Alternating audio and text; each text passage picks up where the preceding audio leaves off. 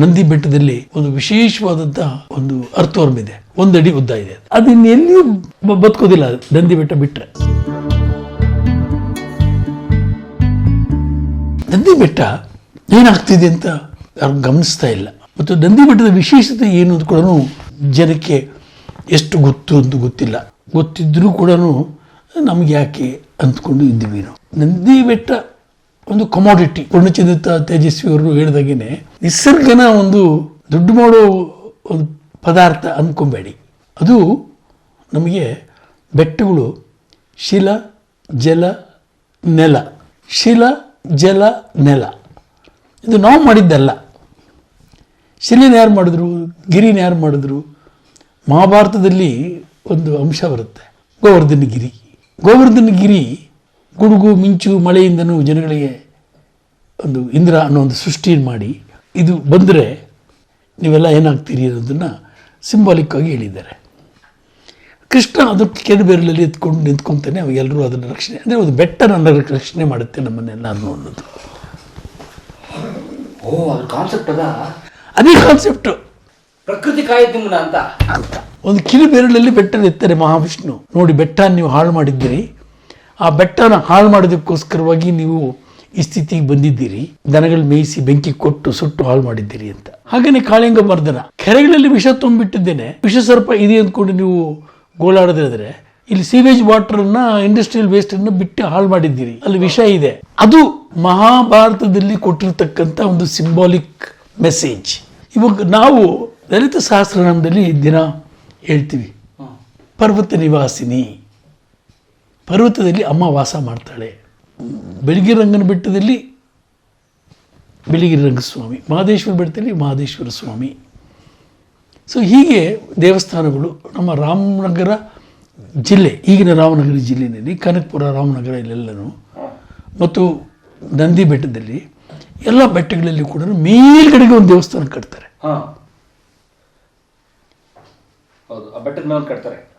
ಅಲ್ಲಿ ಯಾತಕ್ಕೆ ಬೆಟ್ಟದ ಮೇಲೆ ಕಟ್ತಾರೆ? ಇದನ್ನು ಮುಟ್ಟಬೇಡಿ. ನೀವು ಯಾರೋ ಒಬ್ಬರು ರಾಮನಗರ ಜಿಲ್ಲೆಯಲ್ಲಿ ಬೆಟ್ಟಗಳ ಮೇಲೆ ಎಷ್ಟು ದೇವಸ್ಥಾನಗಳಿದೆ ಅಂತ ಲಿಸ್ಟ್ ಮಾಡಿದ್ದಾರೆ. ಬ್ಯೂಟಿಫುಲ್ ಪುಸ್ತಕ ಪಬ್ಲಿಷ್ ಮಾಡಿದ್ದಾರೆ. Excellent book. ಅವ್ರ ಹೆಸರು ಬರ್ತೋಯ್ತು ನನಗೆ. ಅಂದರೆ ಬೆಟ್ಟಗಳಲ್ಲಿ ವರ್ಷಕ್ಕೊಂದ್ಸತಿನೂ 2 ಸತಿನೂ ಹೋಗಿ ಅಲ್ಲಿ ಪೂಜೆ ಮಾಡಿ ಅಲ್ಲಿ ಒಂದು ಇದು ಮಾಡಿ ಜನಗಳು ಅದನ್ನು ರಕ್ಷಣೆ ಮಾಡಬೇಕು ಅಂತ ಉದ್ದೇಶದಿಂದ ಅದನ್ನೆಲ್ಲ ಮಾಡಿದ್ದು. ಅದು ನಮ್ಮ ಹಿರಿಯರ ಉದ್ದೇಶ. ಹಾಗೆ ನಂದಿ ಬೆಟ್ಟದಲ್ಲಿ ಕೂಡ 5 ಗಿರಿಗಳಿದ್ದಾವೆ. ದೇವಗಿರಿ, ನಂದಿಗಿರಿ, ಹೀಗೆ 5 ಗಿರಿಗಳು ನಂದಿ ಬೆಟ್ಟದಲ್ಲಿ ಇರುವು. 5 ಗಿರಿಗಳು ಕೂಡ 5 ನದಿಗಳು ಉದ್ಭವ ಆಗ್ತಕ್ಕಂಥ ಗಿರಿಗಳು. ಈ 5 ಗಿರಿಗಳಲ್ಲಿ ಏನಾಗ್ತಿದೆ ಅಂತಂದರೆ, ಈಗ 4-5 ವರ್ಷದ ಕಡೆಗೆ ನಿಮ್ಮಂಥ ಒಬ್ಬರು ಜರ್ನಲಿಸ್ಟು ನನ್ನ ಹತ್ರ ಬಂದು ಮಾತಾಡಿ ಹೇಳ್ತಿದ್ರು, ಸರ್ ಇಲ್ಲಿ ಬ್ಲಾಸ್ಟ್ ಅಂತದ್ದು ನಡೀತು. ಆವಾಗಲೇ ಯೂಶಲಾಗಿ ಬ್ಲಾಸ್ಟ್ ಮಾಡುವಾಗ ಇವರು ಬೆಳಗ್ಗೆಯಿಂದ ಮೆಷಿನ್ ಹಾಕಿ ಹೋಲ್ ಮಾಡ್ತಾರೆ, ಡೈನಮಿಟ್ ಬಿಡುತ್ತಾರೆ. ಸಾಯಂಕಾಲ 5-5:30 ಗಂಟೆಗೆ ಬ್ಲಾಸ್ಟ್ ಮಾಡ್ತಾರೆ. ಯಾಕಂದರೆ ಬಿಸಿಲಿಂದ ಕಾದಿರುತ್ತೆ ಬಂಡೆ. ಡೈನಮಿಟ್ ಮಾಡಿದಾಗ ಇಡೀ ಗುಡ್ಡನೆ ಕಿತ್ಕೊಂಡು ಬಂದುಬಿಡುತ್ತೆ. ಅದಕ್ಕೆ ಈವ್ನಿಂಗ್ಸೇ ಮಾಡೋದು ಅವರು. ಇದು ಮಾಡುವಾಗ ಒಂದು ಕಲ್ಲು ಚೂರು ಒಂದು ಗರ್ಭ ಇರ್ತಕ್ಕಂಥ ಒಂದು ಹಸು ಹೋಗ್ತಾ ಇದ್ದರೆ ಅದರ ಹೊಟ್ಟೆ ಮೇಲೆ ಹೋಗಿ ಸೀಳಿ ಅದರ ಹೊಟ್ಟೆಯಲ್ಲಿ ಇರ್ತಕ್ಕಂಥ ಕತ್ತನ್ನು ಕಟ್ ಮಾಡಿದೆ. Fact, truth, absolute truth. ಮೊನ್ನೆಯಲ್ಲೇ ಬ್ಲಾಸ್ಟ್ ಆಗ್ತಾ ಇದ್ದಾರೆ. ಎಷ್ಟು ಬ್ಲಾಸ್ಟ್ ಆಗಿದೆ ಸ್ವಾಮಿ ನಿಮ್ಮ ಕರ್ನಾಟಕದಲ್ಲಿ ಈ ವರ್ಷ? ಎಷ್ಟು ಜನ ಸತ್ತಿದ್ದಾರೆ ಸ್ವಾಮಿ ಅದರಲ್ಲಿ? ಚಿಕ್ಕಬಳ್ಳಾಪುರದಲ್ಲಿ, ಶಿವಮೊಗ್ಗದಲ್ಲಿ, ಮಂಡ್ಯ ಜಿಲ್ಲೆಯಲ್ಲಿ, ಎಲ್ಲ ಕಡೆಗೂ ಆಗ್ತಾನೆ ಇದೆ. ಎಷ್ಟಾಗಬೇಕು ಅಂದ್ಕೊಂಡಿದ್ದೀರಿ? ಇಲ್ಲಿ ಇದೇ ಸುಪ್ರೀಂ ಕೋರ್ಟ್ ಆದೇಶದಲ್ಲಿ ಏನು ಹೇಳ್ತಾರೆ ಅಂದರೆ, ಮೊನ್ನೆ ಕೊಟ್ಟರು ಇದರಲ್ಲಿ ಎಂತೆಂಥ ಮೆಷಿನರೀಸು. ನಮ್ಮ ವೇದ ಪುರಾಣದಲ್ಲಿ ಒಂದು ಪದ ಹೇಳ್ತಾರೆ, ಮಂತ್ರ ತಂತ್ರ ಯಂತ್ರ ಅಂತ. ಮಂತ್ರ ಯಂತ್ರ ತಂತ್ರ ಅಂದರೆ ಪಾಲಿಸಿ. ಮಂತ್ರ ಅಂದರೆ ಪಾಲಿಸಿ, ಪಾಲಿಸೀಸ್. ಹಾಂ. ಯಂತ್ರ ಅಂದರೆ ಯಂತ್ರಗಳನ್ನು ಉಪಯೋಗಿಸ್ಕೊಂಡು ಎಕ್ಸ್ಪ್ಲಾಯಿಟೇಷನ್. ತಂತ್ರಗಳು ಟೆಕ್ನಿಕ್ಸ್, ಯಾವ್ಯಾವ ರೀತಿಯಲ್ಲಿ ಮೋಸ ಮಾಡಬೇಕು, ಯಾವ ರೀತಿಯಲ್ಲಿ ಎಕ್ಸ್ಪ್ಲಾಯ್ಟ್ ಮಾಡಬೇಕು ಅನ್ನೋದು ಇದು ವೇದದಲ್ಲೇ ಇದೆಯಾ? ವೇದಗಳಲ್ಲಿ ಇದುವೆ. ಇಲ್ಲಿ ಹೊಸದಾಗಿ ಎಕಲಾಜಿಕಲ್ ಟರ್ಮ್ಸಲ್ಲಿ ಹೇಳಬೇಕು ಅಂದರೆ ಥ್ರೆಶ್ ಹೋಲ್ಡ್ ಅಂತ ಹೇಳ್ತಾರೆ. ಅದನ್ನ ಹೇಳ್ತೀನಿ, ವಿವರ ಕೊಡ್ತೀನಿ. ಅಲರ್ಟ್ ಥ್ರೆಶ್ ಹೋಲ್ಡ್ ಲೆವೆಲ್ ಅಂತ ಹೇಳ್ತಾರೆ. ಅಲಾರ್ಮಿಂಗ್ ಥ್ರೆಶ್ ಹೋಲ್ಡ್ ಲೆವೆಲ್ ಅಂತ ಹೇಳ್ತಾರೆ. ಥ್ರೆಶ್ ಹೋಲ್ಡ್ ಲೆವೆಲ್ ಅಂದರೆ ಏನು? ಒಂದು ಕ್ಯಾರಿಯಿಂಗ್ ಕೆಪಾಸಿಟಿ. ಅಮ್ಮನಿಗೆ ಬ್ರೆಸ್ಟ್ ಇಷ್ಟು ದಪ್ಪ ಇದೆ, ಅಷ್ಟೇ ಹಾಲು ಕೊಡ್ತಾಳೆ. ಆದರೆ ನೀವು ಅದು ಥ್ರೆಶ್ ಹೋಲ್ಡ್ ಲೆವೆಲ್, ಅಷ್ಟು ಸರಿಯಾಗಿ ನೀವು ಅದರ ರಕ್ಷಣೆ ಮಾಡಿಕೊಂಡು ಧಾರಣ ಶಕ್ತಿ correct. That is called threshold level. ಇದು ಆಗಲೇ ಒಂದು 30-40 ವರ್ಷದಿಂದಲೇ ಕೂಡ ಇದು ನಮಗೆ ಅಲರ್ಟ್ ಲೆವೆಲ್. ಫ್ಲಡ್ ಆಗ್ತಾ ಇದೆ, ಇನ್ನೊಂದು ಆಗ್ತಾ ಇದೆ, ಕ್ಲೈಮೇಟ್ ಚೇಂಜ್ ಆಗ್ತಾ ಇದೆ, ಮತ್ತೊಂದು ಆಗ್ತಾ ಇದೆ, ಇನ್ನೊಂದು ಆಗ್ತಾ ಇದೆ ಅನ್ನೋದೆಲ್ಲನೂ ಬಂತು. ಕೇರ್ ಮಾಡಿಲ್ಲ. ಗ್ಲೋಬಲ್ಲಿ ಲಿಬರಲೈಸೇಷನ್ನು, ಆಮೇಲೆ ಇವೆಲ್ಲನೂ ಲಿಬರಲೈಸೇಷನ್, ಗ್ಲೋಬಲೈಸೇಷನ್, ದೊಡ್ಡ ದೊಡ್ಡ ಪದಗಳು, ಇಂಟರ್ನ್ಯಾಷನಲ್ ಅಗ್ರಿಮೆಂಟ್ಗಳು, ಸಮ್ಮೇಳನಗಳ ಮೇಲೆ ಸಮ್ಮೇಳನಗಳು ಎಲ್ಲ ನಡೀತಾ ಇದೆ. ಅದ್ರ ಜೊತೆ ಇನ್ನೂ ಜಾಸ್ತಿನೇ ಹಾಕ್ಕೊಂಡು ಬರ್ತಾ ಇದೆ ಇವತ್ತಿಗೂ ಕೂಡ. ಈ ಥ್ರೆಶೋಲ್ಡ್ ಲೆವೆಲ್ಸು ಅಲಾರ್ಮಿಂಗ್ ಲೆವೆಲ್ ಕೂಡ ಮೀಟಿ ಅಲರ್ಟ್ ಲೆವೆಲ್ ಹೋಗಿ ಅಲಾರ್ಮಿಂಗ್ ಲೆವೆಲ್ ಬಂದಿದ್ದರೂ ಕೂಡ ಹಾಂ ಥ್ರೆಶೋಲ್ಡ್ ಹೊಟ್ಟೋಯ್ತು ಭಾಳ ಹಿಂದೆನೆ. ಅಲರ್ಟು ಕೊಡ್ತು, ಬೇಡ ಮಾಡಬೇಡಿ, ಮುಗಿಸ್ಕೊಳ್ಳಿ, ಪಶ್ಚಿಮ ಘಟ್ಟಗಳ ತಂಟೆಗೆ ಹೋಗಬೇಡಿ, ಪೂರ್ವ ಬೆಟ್ಟಗಳನ್ನು ಕತ್ತರಿಸಬೇಡಿ ಅಂತ ಹೇಳ್ಕೊಂಡು ಬಂತು. ಯಾರು ಕೇರ್ ಮಾಡಿಲ್ಲ, ಜಾಸ್ತಿ ಮಾಡ್ತಾ ಹೋದ್ವಿ. ರೋಡ್ ಬೇಕು, ದೇವಸ್ಥಾನಕ್ಕೆ ರೋಡ್ ಬೇಕು, ಅದಕ್ಕೊಂದು ರೋಡ್ ಮಾಡೋದು. ನಡ್ಕೊಂಡು ಹೋಗ್ಬಿಟ್ರೆ ಅವಮಾನ ಅಲ್ವೇ? ದೇವ್ರಿಗೆ ಮೆಚ್ಕೊಳ್ಳೋದು, ನೀನು ಸಾವುಕಾರ ಅಂತ ಹೆಂಗೆ ಗುರುತಿಸ್ಬೇಕು? ನೀನು ಕಾರಲ್ಲಿ ಹೋದ್ರೇ ದೇವ್ರಿಗೆ ಗೊತ್ತಾಗೋದು. ಉದ್ದೇಶ ಯಾತಕ್ಕೆ? ಅಲ್ಲಿ ದೇವಸ್ಥಾನ ಕಟ್ಟಿದ ಉದ್ದೇಶ ಏನು? ನೀನು ನಡ್ಕೊಂಡು ಹೋಗಬೇಕು, ಅಮ್ಮನ ಗರ್ಭದಲ್ಲಿ ಆ ಸೌಂದರ್ಯ ನೋಡ್ಕೊಂಡು ಹೋಗಬೇಕು. ಇದು ನನಗೆ ಜೀವಜಲ ಕೊಡ್ತಕ್ಕಂಥವು. ಇಲ್ಲಿ ಜೀವ ವೈವಿಧ್ಯ ಇದ್ದಾವೆ. ಇವೆಲ್ಲನೂ ಸೇರಿಸಿ ನನಗೆ ಒಂದು ಡಿ ವಿ ಗುಂಡಪ್ಪನವರು ಈ ನದಿಗಳ ಬಗ್ಗೆ ಒಂದು ಮಾತು ಹೇಳ್ತಾರೆ. ನದಿ ಹುಟ್ಟುತ್ತೆ, ಮಳೆ ನೀರು ಬರುತ್ತೆ, ತನ್ನ ಶಕ್ತಿನ ಭೂಮಿಗೆ ಕೊಡುತ್ತೆ, ಭೂಮಿಯಲ್ಲಿ ಇರೋ ಶಕ್ತಿನ ತಾನು ತೆಗೆದುಕೊಳ್ಳುತ್ತೆ. ಹರಿತೆ ಹರಿತೆ ಹರಿತೆ ಎಲ್ರಿಗೂ ಕೊಟ್ಕೊಂಡು ಅವರಲ್ಲಿರ್ತಕ್ಕಂಥ ಶಕ್ತಿನ ತಾನು ಪಡ್ಕೊಂಡು ತನ್ನಲ್ಲಿರೋ ಶಕ್ತಿನ ಅವರು ಕೊಟ್ಕೊಂಡು ಒಂದು ದೊಡ್ಡ ನದಿ ಹಾಕ್ಕೊಂಡು, ನದಿ ಹಕ್ಕದು ರೈಟ್ ಆಫ್ ದಿ ರಿವರ್. ಈ ನದಿ ಹಕ್ಕನ್ನು ಕಸ್ಕೊಳ್ಳೋದಕ್ಕೆ ಅಥವಾ ಭಂಗಪಡಿಸುವ ಅಧಿಕಾರ ನಮಗೆ ಎಷ್ಟು ಚೆನ್ನಾಗಿ ಬರ್ತಿದೆ. ಮಂಕುತಿಮ್ಮನ ಕಗ್ಗದಲ್ಲಿ, ಮಂಕುತಿಮ್ಮನ ಕಗ್ಗದಲ್ಲಿ ಪ್ರಪಂಚದ ಒಂದು ಅದ್ಭುತವಾದಂಥ ಭಗವದ್ಗೀತೆ ಅದು, ಮನುಷ್ಯನ ಅರ್ಥ ಮಾಡ್ಕೊಳ್ಳೋದಕ್ಕೆ. ಇದನ್ನು ಗುರುರಾಜ್ ಕರ್ಜಿಯವರು ಭಾಳ ಚೆನ್ನಾಗಿ ವಿವರಣೆ ಕೊಡ್ತಾರೆ ಅದಕ್ಕೆ. ಸೊ ಹೀಗೆ ಈ ನದಿ ಅನ್ನೋದನ್ನು ಇವತ್ತು 5 ನದಿಗಳು ಉದ್ಭವ ಆಗ್ತಕ್ಕಂಥ ನಂದಿ ಬೆಟ್ಟ ಏನಾಗಿದೆ, ಅರ್ಕಾವತಿ ಏನಾಗಿದೆ, ಕುಮದ್ವತಿ ಏನಾಗಿದೆ, ಪೆನ್ನಾರ್ ಏನಾಗಿದೆ, ಪಾಲಾರ್ ಏನಾಗಿದೆ, ಪಾಪಾಗ್ನಿ ಏನಾಗಿದ್ದಾವೆ. ಅಲ್ಲಿ 5-6 ನದಿಗಳು ಉದ್ಭವ ಆಗ್ತಕ್ಕಂಥ ಒಂದು ಬೂದಿ ಸ್ಥಾನಗಳವು, ಉಗಮ ಸ್ಥಾನಗಳು. ಭಾಳ ಹಿಂದೆ ಅಲ್ಲ, 17th ಸೆಂಚುರಿನಲ್ಲಿ ಕೂಡ ವರ್ಷದಲ್ಲಿ ಒಂದು 150-200 ದಿನ ಜೀವನದಿಗಳಾಗಿ ಹರ್ಕೊಂಡು ಬರ್ತಿದ್ವು. ಎಸ್, ಎಲ್ಲ ರೆಕಾರ್ಡ್ಸು ಇದೆ ನಮ್ಮಲ್ಲಿ, ನಮ್ಮ ಹಿರಿಯರಿಗೂ ಗೊತ್ತಿದ್ದಾವೆ. ಇವತ್ತು 3 ದಿವಸ ಹರಿಯೋದಿಲ್ಲ, ಮ್ಯಾಕ್ಸಿಮಮ್ ಇಂಥ ಮಳೆಗಳಾದ್ರೆ ಒಂದು 15 ದಿವಸ ಹರಿಯುತ್ತದೆ ಅಷ್ಟೇ. ಕಡ್ದು ಅವಕ್ಕೆ ಡಿಸ್ಕಿನ್ ಮಾಡಿ, ಕತ್ತರಿಸಿ, ತುಂಡು ಮಾಡಿ ಇದನ್ನು ಮಾಡ್ಕೊಂಡು ಹೋಗಿದ್ವಿ. ಅಂದರೆ ಇವತ್ತು ಫ್ಲ್ಯಾಶ್ ಫ್ಲಡ್ಸ್ ಆಗ್ತಾ ಇದ್ದಾವೆ. ಅಂದರೆ ನಾನು ಫ್ಲ್ಯಾಶ್ ಫ್ಲಡ್ ಅಂದರೆ ಏನು? ಬೆಟ್ಟ ಕೊಚ್ಚಿಕೊಂಡು ಬರ್ತಾ ಇದೆ. ಕೊಡಗೋದೇ ಅಲ್ಲ, ಉದ್ದಕ್ಕೂ. ಸೊ ಇದು ಒಂದು ಅಂಶ. ಆದರೆ ಪ್ರಮುಖವಾದಂಥ ಅಂಶ ನಂದಿ ಬೆಟ್ಟಕ್ಕೆ ಯಾತಕ್ಕೆ ನಾನು ವರ್ಲ್ಡ್ ಹೆರಿಟೇಜ್ ಏರಿಯಾ ಮಾಡಿ ಇದು ಬೆಟ್ಟಗಳನ್ನು ಅಂತ ಸರ್ಕಾರಕ್ಕೆ ಒಂದು ವರದಿ ಕೊಟ್ಟಿದ್ದೀನಿ. ಕೊಟ್ಟಿದ್ದೀರಾ? ವಯಸ್ 3 ವರ್ಷ ಆಯಿತು. ವಿಶ್ವ ಪಾರಂಪರಿಕ ತಾಣ ಮಾಡಿ ಅದನ್ನ ಹಾಂ, ಪ್ರೊಟೆಕ್ಟ್ ಮಾಡಿ ಅದನ್ನ. ಇವೆಲ್ಲ ನಿಲ್ಲಿಸುವಂಗಾಗುತ್ತೆ, ಒಂದು ಮಾಡಿಬಿಡಿ ಅಂದ್ಕೊಂಡು 3-4 ವರ್ಷ ಶಿವಶಂಕರ್ ರೆಡ್ಡಿ ಅವರು ಇದ್ದಾಗಲೇ ಪ್ರಾರಂಭ ಮಾಡಿದೆ. ಅವರು ಆ ಚಿಕ್ಕಬಳ್ಳಾಪುರ ಡಿಸ್ಟ್ರಿಕ್ಟ್ ಮಿನಿಸ್ಟರ್ ಆಗಿದ್ದಾಗ ಒಂದು 7-8 ಮೀಟಿಂಗ್ ಮಾಡಿದ್ವಿ.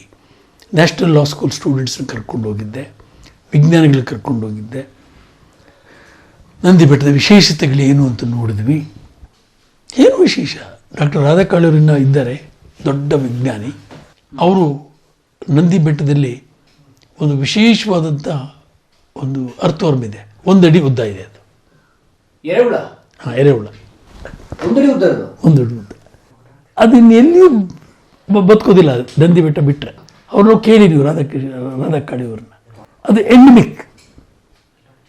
ಎಷ್ಟು ಕೆಲಸ ಮಾಡುತ್ತೆ ಅದು, ಭೂಮಿನ ಎಷ್ಟು ಫಲವತ್ತತೆ ಆ್ಯಡ್ ಮಾಡುತ್ತೆ. ಸೊ ಹೀಗೇನೆ ನಂದಿ ಬೆಟ್ಟ ಜೀವಂತವಾಗಿರ್ತಕ್ಕಂಥ ಲಿವಿಂಗ್ ಎಂಟಿಟಿ. ಅಂದರೆ ಯಾವುದೇ ಒಂದು ಬೆಟ್ಟ ಕೂಡ ಅಥವಾ ಒಂದು ಮಣ್ಣು ಕೂಡ ಜೀವಂತವಾಗಿದೆ ಅಂತ ನಮಗೆ ಗೊತ್ತಿತ್ತು. ನಮ್ಮವರೆಲ್ಲರೂ ಭೂಮಿನ ಪೂಜೆ ಮಾಡ್ತಿದ್ರು. ಇದು ಇವತ್ತಿಗೂ ಕೂಡ ಅಷ್ಟೇ, ನಮ್ಮ ರೈತರು ಭೂಮಿ ಪೂಜೆ ಮಾಡಿನೇ ಎಲ್ಲ ಕೆಲಸಗಳು ಮಾಡೋದು. ಅದು ಈಗ ಮೆಷಿನ್ಗಳು ಅವು ಇವು ಬಂದಿದೆ. ಇವು ವೆಸ್ಟರ್ನ್ ಕಲ್ಚರಲ್ಲಿ ಭೂಮಿನ ಯಾವತ್ತೂ ಒಂದು ಲಿವಿಂಗ್ ಎಂಟಿಟಿ ಅಂತ ನೋಡಿರಲಿಲ್ಲ. 1986ರಲ್ಲೇ 86ವರೆಗೂ ಕೂಡ ಪ್ರಪಂಚ ಭೂಮಿ ಒಂದು ನನ್ನ ಸರ್ವೆಂಟ್. ಫ್ರಾನ್ಸಿಸ್ ಬೇಕನ್ ಅನ್ನೋರು ಹೇಳಿದ್ದಾರೆ, mother earth is my made servant ಅಂತ. ಭೂದೇವಿ ನನಗೆ ಗುಲಾಮಳು. ಫ್ರಾನ್ಸಿಸ್ ಬೇಕನ್ ಅಂತ ಗ್ರೇಟೆಸ್ಟ್ ಎಕಾನಮಿಸ್ಟ್. ಪ್ರಪಂಚ ಇರುವುದೆಲ್ಲ ನನ್ನ ಭೋಗಕ್ಕೋಸ್ಕರ ಇರೋದು. ಬಯೋಡೈವರ್ಸಿಟಿ, ಮರ ಗಿಡ ಪ್ರಾಣಿ ಪಕ್ಷಿ ಇವೆಲ್ಲನೂ ಮನುಷ್ಯನಿಗೆ ಒಬ್ಬರಿಗೇನೆ ಇರೋದು ಅಧಿಕಾರ. ನಾವು ಏನು ಬೇಕಾದರೂ ಮಾಡ್ಬೋದು. That is my right. Francis beacon theory ಅದು. ಅದನ್ನು ವೆಸ್ಟರ್ನರ್ಸ್ ಇವತ್ತು ನಂಬಿಡ್ತಿದ್ರೆ ನಾವು ಕೂಡ ಅದನ್ನೇ ಅಡಾಪ್ಟ್ ಮಾಡ್ಕೊತಿದ್ದೀವಿ. ನಾವು ಭೂದೇವಿ ಅಂತೀವಿ, ಭೂಮಿ ತಾಯಿ ಅಂತೀವಿ. ಇಲ್ಲ, ಈಗ ಭೂದೇವಿಗೆ ಎಲ್ಲಿ ನಾವು ಮರ್ಯಾದೆ ಕೊಟ್ಟಿದ್ದೀವಿ? ಒಂದು ಉದಾಹರಣೆ ಕೊಡಿ ಸ್ವಾಮಿ, ನೋಡೋಣ. ಎಷ್ಟು ಪೆಸ್ಟಿಸೈಡ್ ಹಾಕ್ತಾ ಇದ್ದೀವಿ ಭೂಮಿಗೆ, ಎಷ್ಟು ಕಳೆನಾಶಕ ಸೇರಿಸ್ತಿದ್ದೀವಿ ಭೂಮಿಗೆ, ಎಷ್ಟು ರೀತಿಯಲ್ಲಿ ಕಾಡು ಕಡಿದು ಅಲ್ಲಿ ನಾವು ಬೇರೆ ಬೇರೆ ಉಪಯೋಗಿಸ್ಕೊತಾ ಇದ್ದೀವಿ. ಸ್ವಾಭಾವಿಕ ಅರಣ್ಯ ಎಷ್ಟು ಬಿಡಿಸ್ಕೊಂಡಿದ್ದೀವಿ, ಎಷ್ಟು ಬೆಂಕಿ ಕೊಡ್ತಾ ಇದ್ದೀವಿ ಕಾಡಿಗೆ, ಎಷ್ಟು ಮರಗಳು ಕಡಿತಾ ಇದ್ದೀವಿ, ಎಷ್ಟು ಮರಗಳು ಉಳಿಸ್ತಾ ಇದ್ದೀವಿ, ಯಾವ ಮರಗಳು ಬೆಳೆಸ್ತಾ ಇದ್ದೀವಿ, ಯಾವ ಮರಗಳು ಉಳಿಸ್ತಾ ಇದ್ದೀವಿ. ಇದರ ಅಂಕಿ ಅಂಶಗಳನ್ನು ನಾವು ನೋಡಿದಾಗ ಪಾಶ್ಚಿಮಾತ್ಯರ ಒಂದು ಇದನ್ನು ನಾವು ಭಾಳ ಅಚ್ಚುಕಟ್ಟಾಗಿ ಅದನ್ನು ಅಳವಡಿಸ್ಬೇಕು. ಜೆನೆಟಿಕ್ಲಿ BT ಕಾಟನ್ ಇರ್ಬೋದು, BT ಬ್ರಿಂಜಾಲ್ ಇರ್ಬೋದು, ಜೆನೆಟಿಕ್ಲಿ ಮಾಡಿಫೈಡ್ ಫುಡ್ ಬೇಕ್ರಿ ಎಲ್ಲರೂ. ಮನುಷ್ಯನಿಗೆ ಮನುಷ್ಯ ಬೆಳಿಬೇಕು. That is called anthropocentric or man centric development ಅಂತ. ನಮಗೆ ಬೇಕು. ನಮಗೆ ಪಿಜ್ಜಾ ಬೇಕು, ಇನ್ನೊಂದು ಬೇಕು, ಇನ್ನೊಂದು ಬೇಕು, ಇನ್ನೊಂದು ಬೇಕು, ಇನ್ನೊಂದು ಬೇಕು, ಕುಡಿಯೋದು ಬೇಕು, ಎಷ್ಟು ಥರ ಡ್ರಿಂಕ್ಸ್ ಬೇಕು, ಎಷ್ಟು ಥರ ವೈನ್ಸ್ ಬೇಕು, ಎಷ್ಟು ಜನ ವಿಸ್ಕಿಗಳು ಕೊಟ್ಟಿದ್ದೀವಿ, ಎಷ್ಟು ಥರ ವೈನ್ಸ್ಗಳು ಕೊಟ್ಟಿದ್ದೀವಿ, ಎಷ್ಟು ಜನ ಲೆಕ್ಕ ಇಲ್ಲದಷ್ಟು. ಒಂದು 5 ಸ್ಟಾರ್ ಹೋಟ್ಲಿಗೆ ಹೋದರೆ ನಿಮಗೆ ವೆರೈಟೀಸು ಏನೇನು ವೆರೈಟೀಸ್ ಇದೆ ಅಲ್ಲಿ, ಯಾವ ಹೋಟ್ಲ್ ಹೆಂಗಿದೆ ಮುಂಚೆನೇ ಹೇಳ್ಬಿಡ್ತಾರೆ. ನಮ್ಮಲ್ಲಿ ಇಂಥದ್ದೆಲ್ಲ ಇದ್ದಾವೆ, ಇಂಥದ್ದೆಲ್ಲ ಇದ್ದಾವೆ, ಇಂಥದ್ದೆಲ್ಲ ಇದ್ದಾವೆ. ಮೆನು ನೋಡ್ತಾರೆ ಅಲ್ಲಿ ಫಸ್ಟು, ಆಮೇಲೆ ಲಿಕ್ಕರ್ ಲಿಸ್ಟ್ ನೋಡ್ತಾರೆ. ಸೊ ಇಲ್ಲಿ ಒಂದು ವಿಷಯನ ನಾನು ಪ್ರಸ್ತಾಪ ಮಾಡೋದಕ್ಕೆ ಇಷ್ಟಪಟ್ಟು, ಯಂಗ್ಸ್ಟರ್ಸ್ ಗೊತ್ತಾಗಬೇಕಿದು. ರವೀಂದ್ರನಾಥ್ ಠಾಗೂರ್ ಅವರು ಅವ್ರ ಚಿಕ್ಕಪ್ಪ ಕಾರವಾರಲ್ಲಿ ಒಂದು ಸರ್ವೆ ಡಿಪಾರ್ಟ್ಮೆಂಟಲ್ಲಿ ಆಫೀಸರ್ ಆಗಿದ್ದರು. ಇವರು ಚಿಕ್ಕ ಹುಡುಗ, ಕಾಳಿಯಮ್ಮನ ಜೊತೆಲಿ ಓಡಾಡಿದ್ದಾರೆ, ಇವರು ನೋಡಿದ್ದಾರೆ. ಕಾಳಿ ಅಂದರೆ ಬೆಂಗಾಲೀಸ್ಗೆ ಕಾಳಿಮಾತೆ, ದುರ್ಗೆ ಇನ್ಸ್ಪೈರ್ ಆಗಿದ್ದಾರೆ ಅವರು. ಅವ್ರು ಕವಿ ಆಗೋದಕ್ಕೆ ಕಾರಣ ನಮ್ಮ ಕಾಳಿ ನದಿ. ನಾನು ಆವಾಗಲೇ ಹೇಳಿದಾಗಲೇ 200 ಕಿಲೋಮೀಟರ್ಸು ಡ್ಯಾನ್ಸ್ ಮಾಡಿಕೊಂಡು, ಒಂದೇ ಜಿಲ್ಲೆಯಲ್ಲಿ ಡ್ಯಾನ್ಸ್ ಮಾಡಿಕೊಂಡು ಹೋಗಿ ಸಮುದ್ರಕ್ಕೆ ಸೇರ್ತಕ್ಕಂಥದ್ದನ್ನು ಗಮನಿಸಿದ್ದಾರೆ ರವೀಂದ್ರನಾಥ್ ಠಾಗೂರ್. ಅಲ್ಲಿ ಅವರು ಇನ್ಸ್ಪೈರ್ ಆಗಿದ್ದಾರೆ. ಭಾಳಷ್ಟು ಜನಕ್ಕೆ ಇದು ಗೊತ್ತಿಲ್ಲ. ಅಲ್ಲಿ ಇನ್ನೊಬ್ಬರು ನಾನ್ ಕನ್ಸರ್ವೇಟರ್ ಆಗಿದ್ದಾಗ ಮಲ್ವಂಕರ್ ಅಂತ ಇಂಗ್ಲೀಷ್ ಲಿಟ್ರರಿ ಜೈಂಟ್, ಅವರು ಇಂಗ್ಲೀಷಲ್ಲಿ ಬರೀತಿದ್ರು, ಸಾಹಿತಿ. ತಿನ್ನೆಘಾಟಲ್ಲಿದ್ದರು ಅವರು, ಇಂಟೀರಿಯರ್ ಪ್ಲೇಸ್, ಉತ್ತರ ಕನ್ನಡದಲ್ಲಿ. ಅವರು ಸ್ನೇಹಿತರೆಲ್ಲರೂ ಬಾಂಬೆನಲ್ಲಿ ಅಲ್ಲಿ ಇಲ್ಲಿ ಭಾಳಷ್ಟು ಜನ ಇದ್ದರು. ನಾನಲ್ಲಿ 83 84 ಕನ್ಸರ್ವೇಟರ್ ಆಗಿದ್ದಾಗ ಅವರು ಒಂದು ಟೆಲಿಫೋನ್ ಹಾಕ್ಸ್ಕೊಳ್ಳಿ ನೀವು ನಮಗೆಲ್ಲ ತುಂಬ ಕಷ್ಟ ನಿಮ್ಮನ್ನು ಮಾತಾಡಿಸ್ಬೇಕಾದ್ರೆ. ಸರಿ ಆಯಿತು ಅಂದ್ಬಿಟ್ಟು ಟೆಲಿಫೋನ್ಗೆ ಏನೋ ಅಪ್ಲೈ ಮಾಡಿದ್ರು. ಟೆಲಿಫೋನ್ ಲೈನ್ ಹಾಕಲಿಕ್ಕೆ ಒಂದು 50-100 ಮರ ಕಡಿಬೇಕಾಗಿ ಬಂತು. ಬರೀ ಟೆಲಿಫೋನ್ ಲೈನ್ ಹಾಕಕ್ಕೆ? ಹೌದು, ಮತ್ತು ಟೆಲಿಫೋನ್ ಲೈನ್ ಹೋಗ್ಬೇಕಲ್ಲ ಸರ್. ಮರ ಕಡಿದಿದ್ರೆ ಹೆಂಗೆ ಆಗುತ್ತೆ ಲೈನ್? ನೆಟ್ಟಿಗೆ ಹೋಗ್ಬೇಕಲ್ಲ, ಅದು ಹಿಂಗೆ ಹೋಗೋಕ್ಕಾಗೋದಿಲ್ವಲ್ಲ. ಸೊ ಮರಗಳು ಕಡಿಬೇಕು ಅಂದ್ಬಿಟ್ಟು ನಾನೇ ಅಲ್ಲಿ ಅವರು ಹೋಗಿ, ಸರ್ ಹೀಗೆ ಒಂದು 50 ಮರ ಕಡಿಬೇಕು, ನಿಮಗೆ ಟೆಲಿಫೋನ್ ಲೈನ್ ಹಾಕ್ಬೇಕು. 50 ಮರನ? I can leave without telephone, not without trees. ನನ್ನ ಬದುಕು ಟೆಲಿಫೋನ್ ಇಲ್ಲದೆ ನಾನು ಬದುಕಬಲ್ಲೆ. ಇವತ್ತು ಮೊಬೈಲ್ ಇಲ್ಲದೆ ಬದುಕ್ತೀವಿ ಅಂತ ಹೇಳ್ಬಿಟ್ಟು ನಾನು ಒಬ್ಬರ ಕೈ ಎತ್ತಲಿ ನೋಡೋಣ, ನೀವು ನಾವು ಕೂಡ ಸೇರಿಕೊಂಡು. ಅವರು ಟೆಲಿಫೋನೇ ಬೇಡ ನನಗೆ, ಬದುಕ್ತೀನಿ, ಮರಗಳು ಮಾತ್ರ ಬೇಕು ನನಗೆ ಅಂತ ಬೇಡ ಅಂದರು. ಕಡಿಬೇಡ ಅಂದರು. ಇಂಗ್ಲೀಷ್ ದೊಡ್ಡ ಸಾಹಿತಿ, ಅವ್ರನ್ನ ಬಿಡೋಣ. ಸತೀಶ್ ಧಾವನ್ ಅವರು, space father of space science, ಅವ್ರ ಲೈಫ್ ಹಿಸ್ಟ್ರಿ ನೀವು ಓದಿದ್ರೆ ಅದ್ಭುತ, ಅಂಥ ಮಹಾನ್ ವ್ಯಕ್ತಿಗಳು ಇವರೆಲ್ಲ ಅಂತ. ನಮ್ಮ ಮಣ್ಣಲ್ಲಿದ್ದವರು, ಈ IAS-ನಲ್ಲಿದ್ದವರು ಅವರು. ಇಂಡಿಯನ್ ಇನ್ಸ್ಟಿಟ್ಯೂಟ್ ಆಫ್ ಸೈನ್ಸ್ ಅಲ್ಲಿ ಸ್ಪೇಸ್ ಸೈನ್ಸ್ ಇದನ್ನು ಕಟ್ಟುವಾಗ UR ರಾವ್ ಅವರು, ಕಸ್ತೂರಿ ರಂಗನ್ ಅವರು, ಈಗ ಇವರೆಲ್ಲರೂ ಅವರು junior scientist, including Abdul Kalam. Space ಸೈನ್ಸ್ಗೆ ಒಂದು ಹಣ ಕೊಡಬೇಕು ಅಂತ ಕೇಳಿದಾಗ ಇವರೊಂದು UR ರಾವ್ ಅವರು ಎಲ್ಲರೂ ಒಂದು 10-15-20 ಲಕ್ಷಕ್ಕೆ ಏನೋ ಒಂದು ಪ್ರಪೋಸಲ್ ಕಳಿಸಿದ್ರು ಅವ್ರ ಹತ್ರ. ಅವರು, see what is mister Rao, how can you go to Indira Gandhi with this amount? So ask for about 25 lakhs ಅಥವಾ 50 lakhs, 10-12 ಲಕ್ಷಕ್ಕೋಸ್ಕರ ಹೋಗಿ ಪ್ರೈಮ್ ಮಿನಿಸ್ಟರ್ಗೆ ಹೋಗೋದು ಹೆಂಗೆ, ಸ್ವಲ್ಪ ಜಾಸ್ತಿ ಮಾಡಿ ಅಂದರು. ಸರ್ ಅವೇನು ಸರಿ ಅಂತ ಜಾಸ್ತಿ ಮಾಡಿದ್ರು. ಆಮೇಲೆ ದುಡ್ಡು ಬಂತು, ಸ್ಪೇಸ್ ಸೈನ್ಸು ಡೆವಲಪ್ ಆಯಿತು, ತುಂಬ ಚೆನ್ನಾಗಿ ಡೆವಲಪ್ ಆಯಿತು, ಅದರಲ್ಲಿ ಏನು ಅನುಮಾನನೇ ಇಲ್ಲ. ಆದರೆ why Satish Dhawan is great ಅಂತ ಗೊತ್ತಾಗಬೇಕು ಜನಕ್ಕೆ.